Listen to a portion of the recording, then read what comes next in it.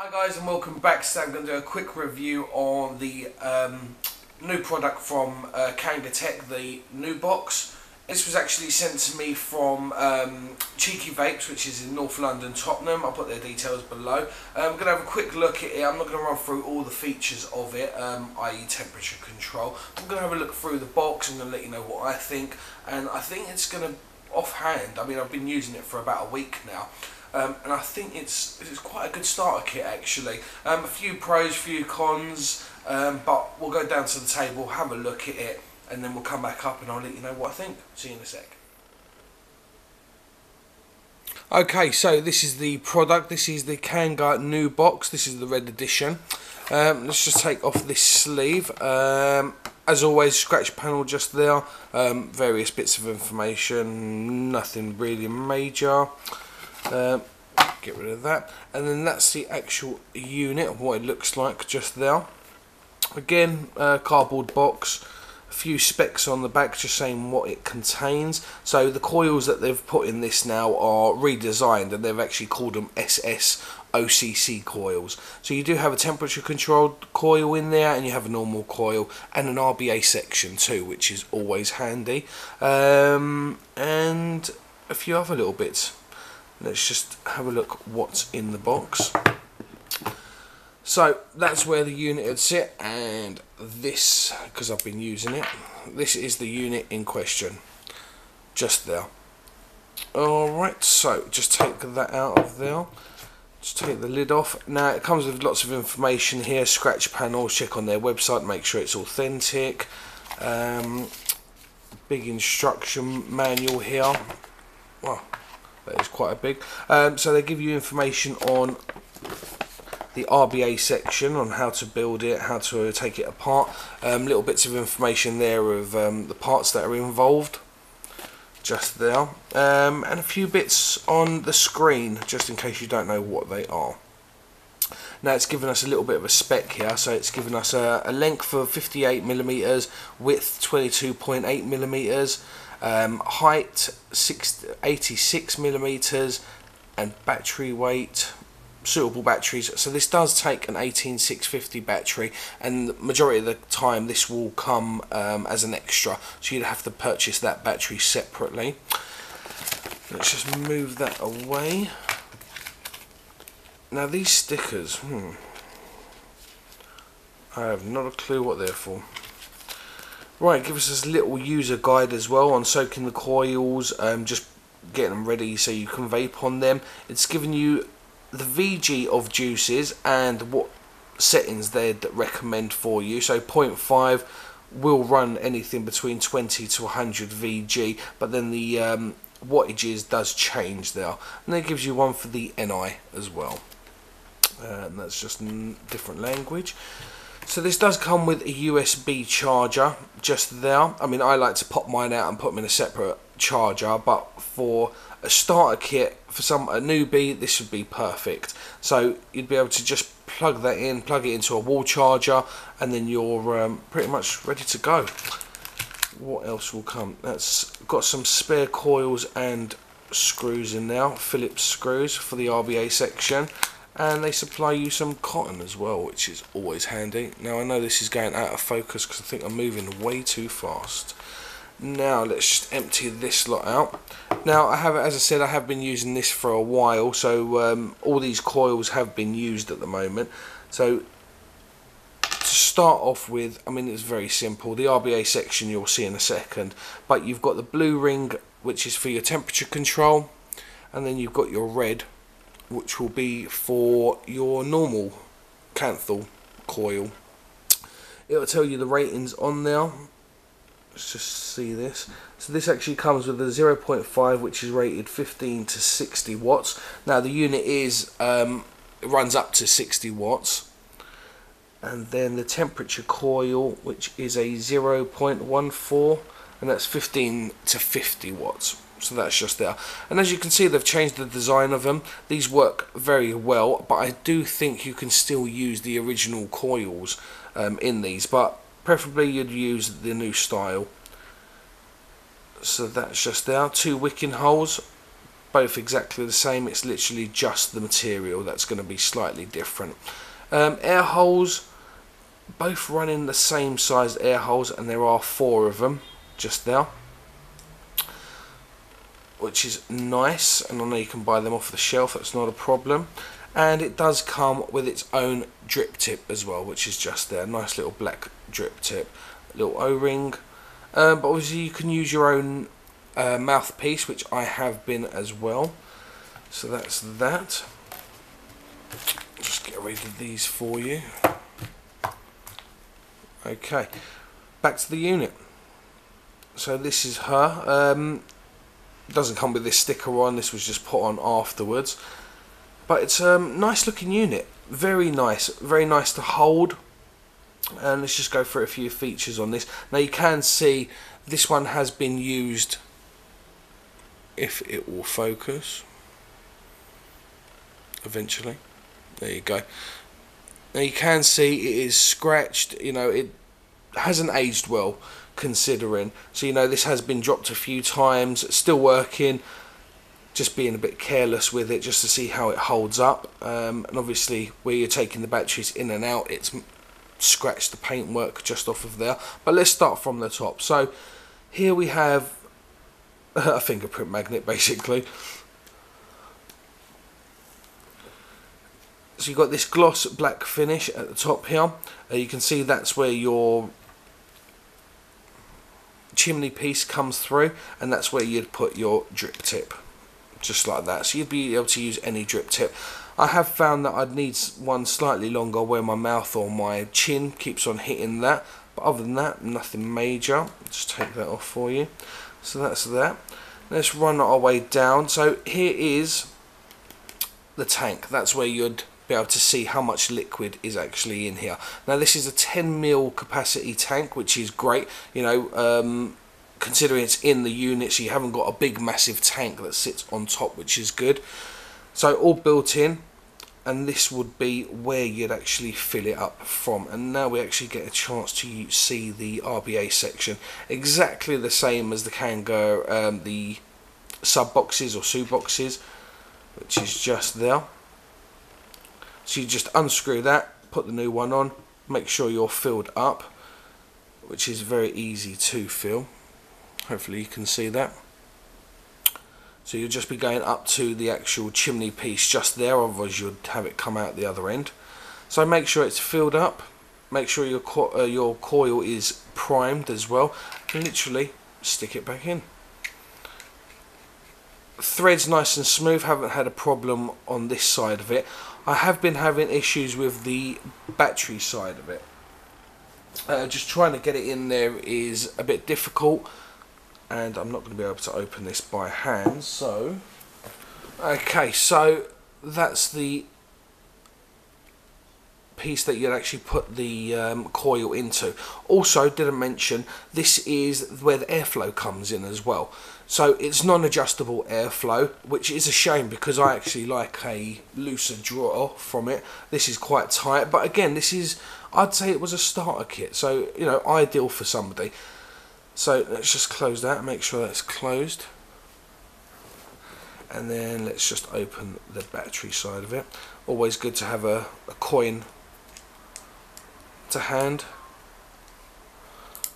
Just unscrew that. It's quite tight with the battery in there at the moment, and that should be it. I don't know if it would have been a nice idea if the battery was the same sort of cap as this. Then you could obviously grab it a lot easier. You wouldn't have to reach for a screw driver or anything else really. So here on the cap, you've got your negative sign just there, and deep down in there you'll see your positive as well. The logo on the side is cut out, and it is for battery venting, which is nice. And it's just as simple as that. Only thing is, what I have found is just trying to get this back in is a bit of a nightmare. So I like to back it off until I actually feel it click in. and then it just goes in nicely, or does it? Fiddly, I have to say, very fiddly on that side of it, and it just doesn't want to go in.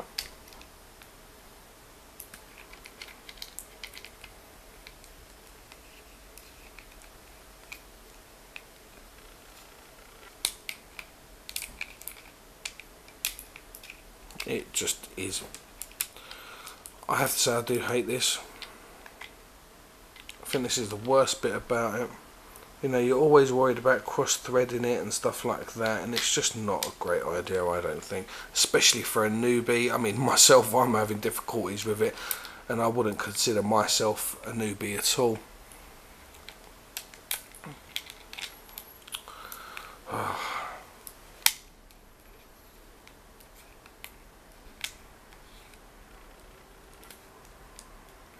Have we got it? I think we have.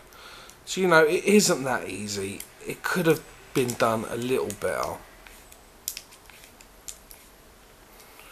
Okay, so yeah, as I said, I think it could have been done like that, you know, and you just be flicking it around.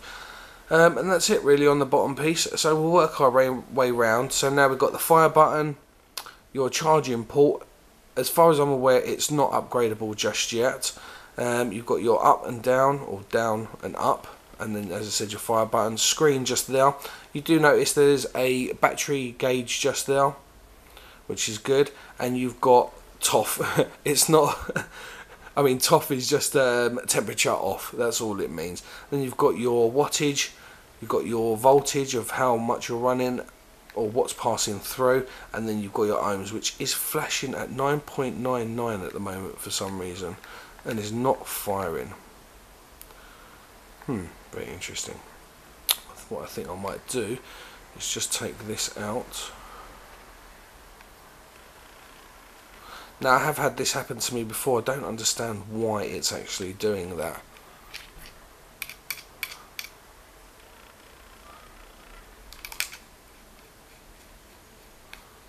Let's close that up again.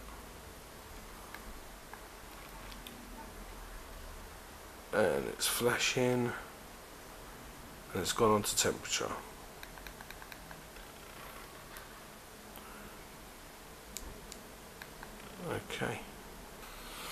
Okay, so the reason it was flashing at 9.99 ohms is because the RBA section wasn't fully tightened down. So when you do take them on and off the cap, at least to replace coils, do make sure that it is put back properly. So now we're reading at 60 watts and it's 0.88 ohms, which is just there. And then she fires. And you just saw the battery just dimmed down just there as well.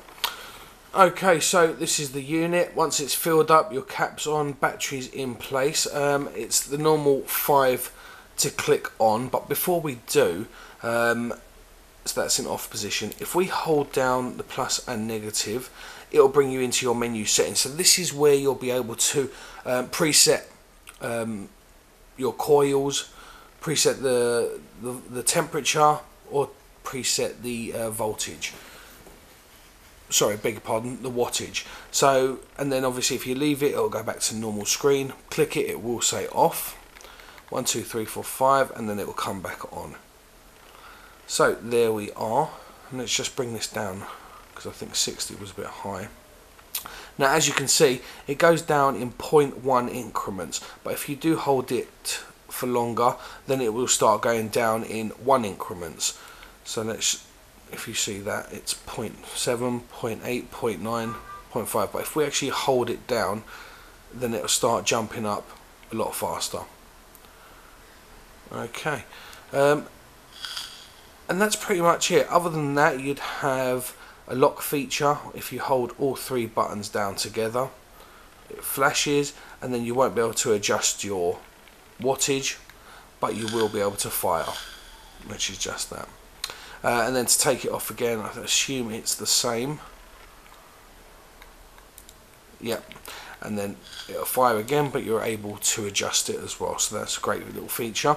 And then obviously I did mention to you about your presets. Now if we do 1, 2, 3, that'll take it into your settings for what type of wire you're going to be using.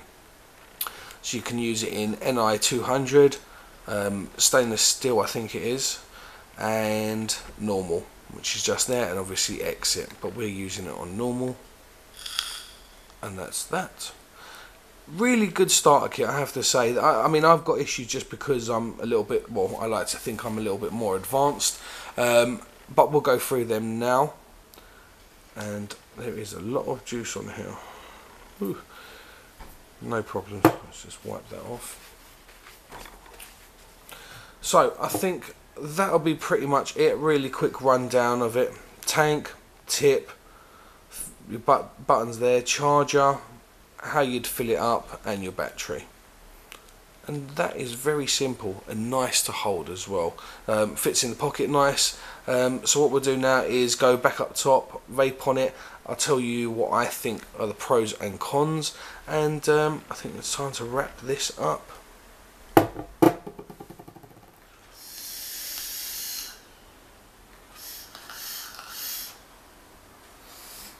So back up top now, and yeah, we've had a quick look at it, which was great.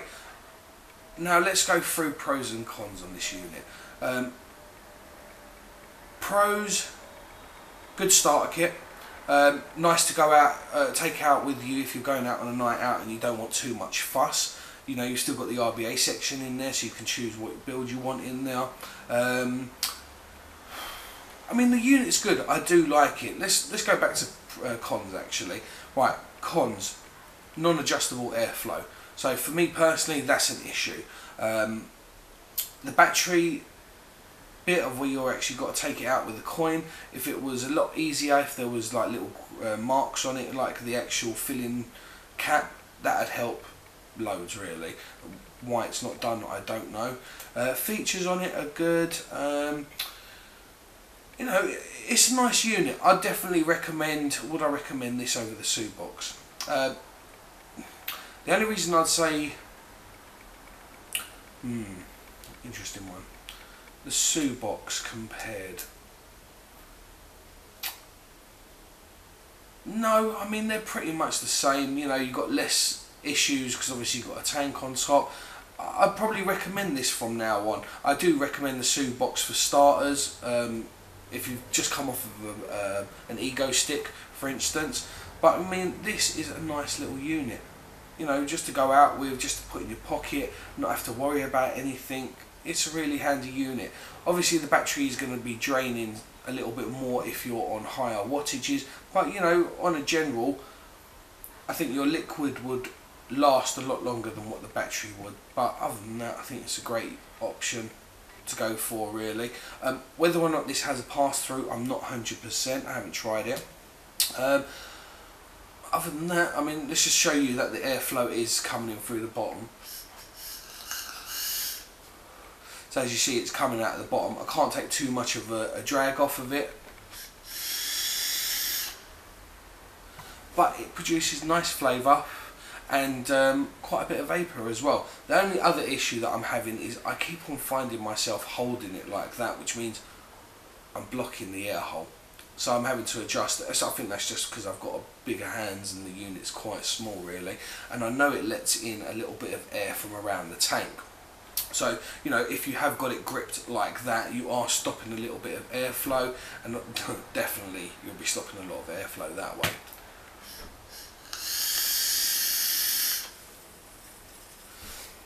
But other than that, it is a great little unit. Lots of flavour, as I said. I'm quite impressed. As I said, I'm not going to go through the temperature functions with you. I'm sure there'll be many reviews on an in-depth look on it as well. But you know, in general, I like it. I really do. Especially putting my own little drip tip on there from Signature Tips, which is nice, instead of using the normal stock one. I think that's about it really. It's a nice starter kit, definitely.